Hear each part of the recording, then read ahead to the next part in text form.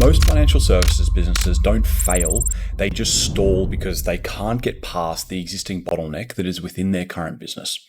I think the biggest reason why I've been able to get to 8 figures for previous companies that I've owned plus the current portfolio now is because you need to be able to properly identify the bottleneck that your business is currently experiencing. So today we're going to go into the 7 different levels of how to identify bottlenecks and which segment those are inside of the business and what it actually is usually commonly associated with, and then how you actually solve that bottleneck for your financial services company. So let's jump right in. Every problem in your business comes from one specific bottleneck at the time that you're in, okay?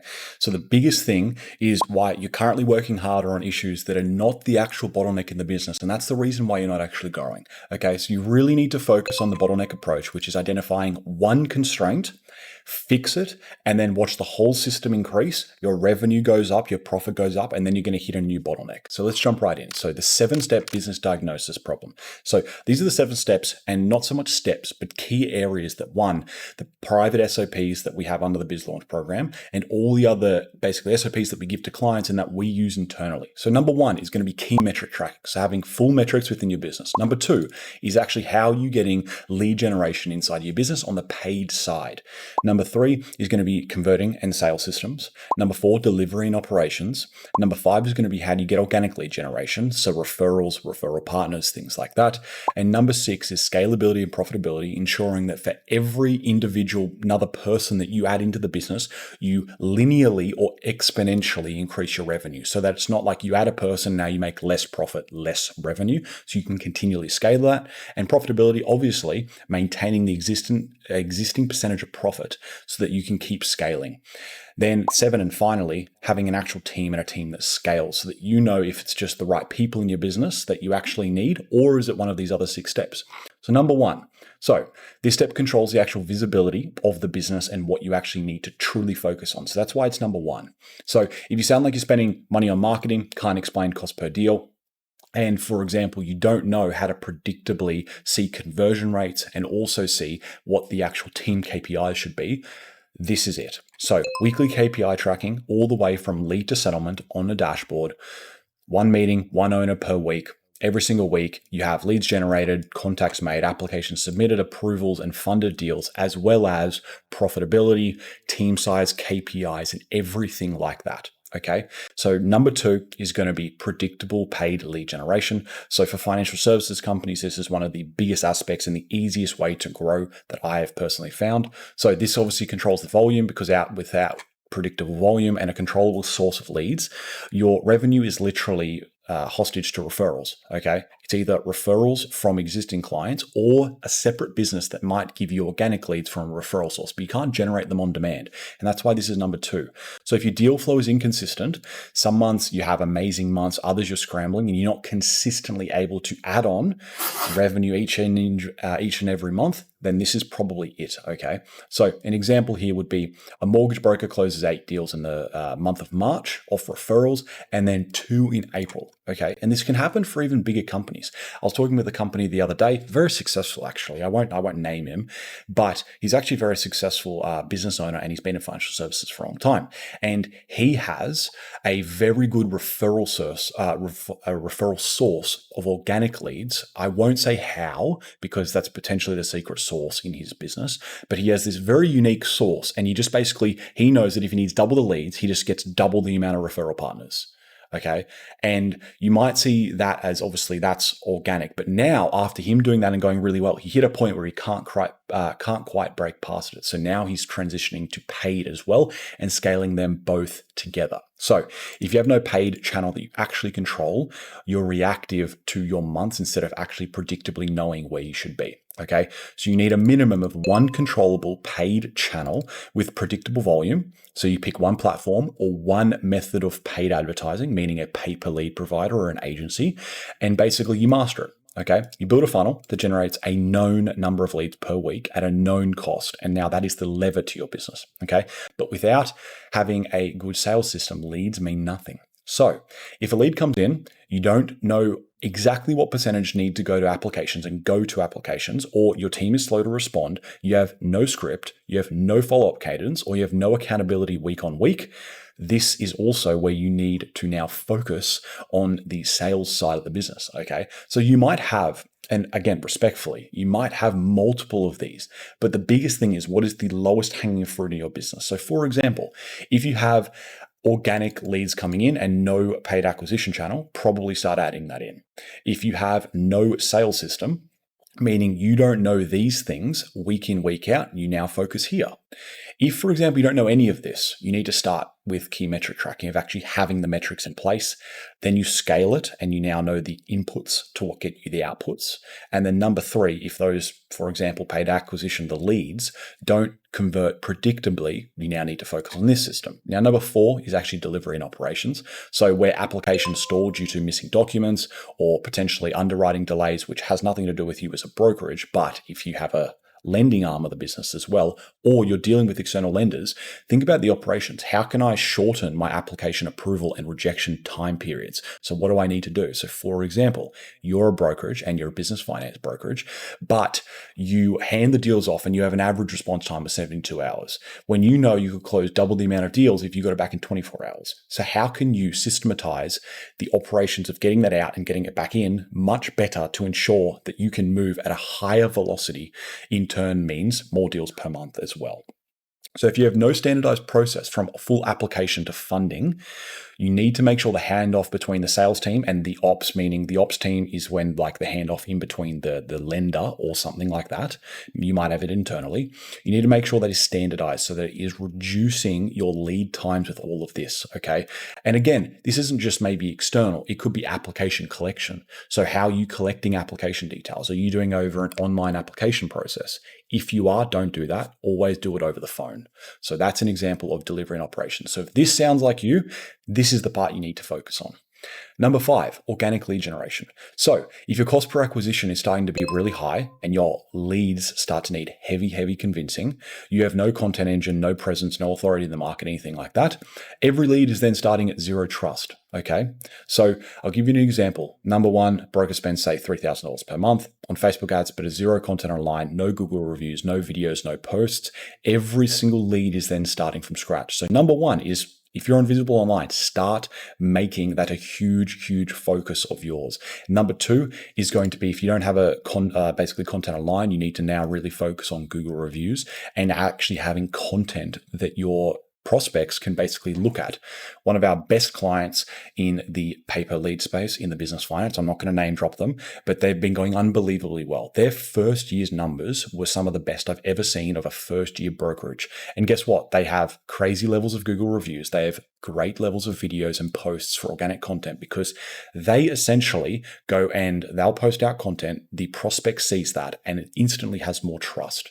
And then finally, for organic lead generation, if you either have low conversion rates, low levels of trust within your brand, that's what you focus on, but you also need referrals, okay? And that's also the second aspect of organic lead generation. If you have no referrals right now, it means that organic lead generation is your focus and your bottleneck because you're not able to pick up another 10, 20, 30% of revenue off your existing clients already. Okay. So scalability and profitability. So you're closing deals, but margins are thin or inconsistent. Some deals are profitable. Others are barely breaking even. And you can't tell which sources are actually the most profitable. Okay. Probably means that you have no filter on lead quality, no profit per deal tracking, and no understanding of which clients are actually working really well.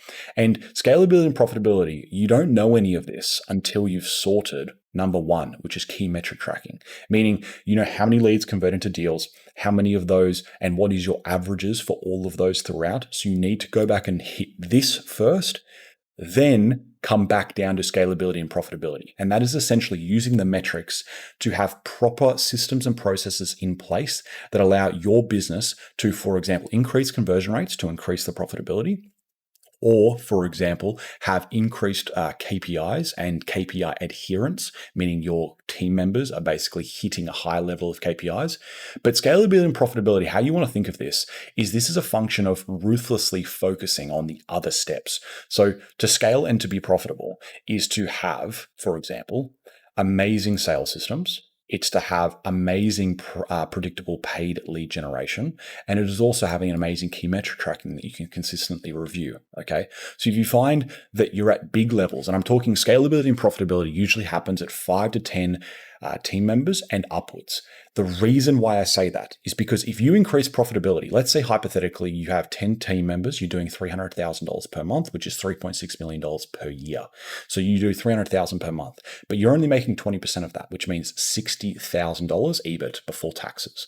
So imagine you've got $60,000 per month, but all you need to do is refine a couple KPIs, drop lead costs slightly, and you now go from 20% to 30%.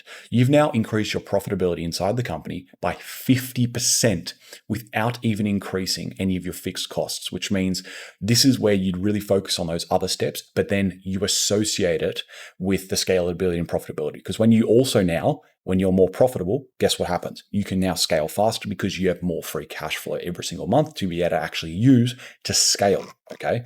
Now, finally, this is the most important one. I think the biggest thing that you learn when you start running large companies is that people are your number one lever. And I mean that in the best possible way, by the way. I'm not saying that in a bad way. I just mean that you need the best people. Okay. So let's say every decision is run through you. You're the best salesperson, you're the best closer, you're the biggest problem solver, and nothing basically gets done without your involvement. So this is where, if you have any of these things, this is probably your bottleneck. And the team that scales without you, again, is similar to scalability and profitability, meaning in order to get from 5 to 10 people to 20 to 50, you need to solve this, okay?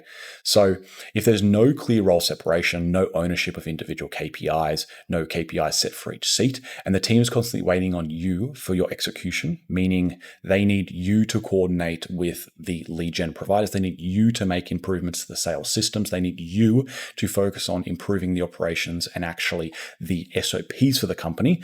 This is where you need to start hiring A players only, which you should be doing anyway, but this is where you really need to focus on it, because you might not have 100% A players now, but you really need to focus on that, because B and C players, they unfortunately drag down the business. And the way I like to think of A, B, C players, and by the way, there's superstars as well, but superstars are so unbelievably hard to get, you'll very rarely come into contact with them, because the way I see it is a C player could run a business by themselves and, make 100 grand a year. And that's probably what their salary is. So that's what they could do. B players are people who can run a multi-six-figure business. They're someone that could, go out and they could make, a few $100,000 per year, but they don't really have fundamentals. They don't have the real, experience. A players are people who you could imagine them, if they went out by themselves and had a little bit of support, they could be running a 7-figure per year business. So they have the skills they know how to generate leads, they know how to nurture leads, they have actual experience, and they have real skills. Superstars are people that you could imagine them running an 8-figure business, over $833,000 per month. Okay. So you need to then be able to attract A players, because they're the only people you want to get, A players or superstars. So you need to focus on competitively paying and having a compensation that actually reflects the value into the company. Promotion, clear path for growth and advancement. So basically, the easiest way to think of this is when they come on, how do you have a quick win in 30 days where they get an increased level of pay or a promotion? Then after that, in 3 months, how do you get them either a promotion or a pay advancement? And then after that, every 6 to 12 months, they need something else to happen. The only way you stop that from occurring is when they hit the top, so a director of sales, which manages then a sales manager, 10 brokers, etc. So it's usually never ending, meaning it can keep going up, and you can keep them where they're really focusing on the promotion and getting promoted every 3 or 6 months for 2 to 3 years. Okay. And by then, if you've got the proper everything else going, you will be able to facilitate putting them into higher roles. So for example, you go from being a junior SDR to an SDR to a senior SDR. That could take 6 months. Then you promote them to a broker. So a junior broker, then a senior broker. And a senior broker is like a team leader. And then from senior broker, they go into sales manager. Sales manager, they go into director of sales, for example. Next is personal development. So this is investment in their skills and capabilities, okay, to help them become better. So every 3 months, you, for example, get an external source in to motivate them to also talk about sales and new skills that they could learn. So you get external personal development so that they always see that their career is advancing. And then personal care. You actually have to genuinely care about their well-being. So the way to think of this is to get the absolute best out of every single one of these. So you need to have all of them in place, but it doesn't need to all be 100% because that's obviously unbelievably hard, because you're not going to be able to have the absolute best pay, the absolute best promotion, the absolute best personal development, absolute best personal care. The reason why is because you probably don't have the resource because your company isn't big enough.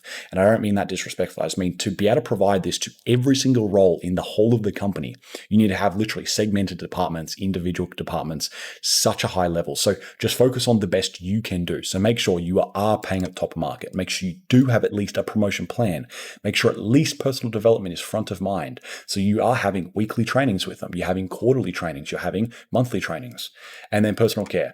If something goes wrong with them, you actually help them, comfort them, maybe give them some time off, things like that. You show that you actually care, okay?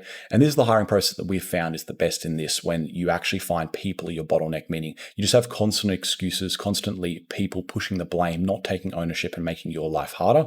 So, hiring process. First interview, screening and culture fit. Make sure they're actually someone you'd want to work with. Then a trial task. So this is real work that basically assesses capability. So you could give them a draft deal and say, write me up who you would go to in terms of a lender and why and things like that. Okay.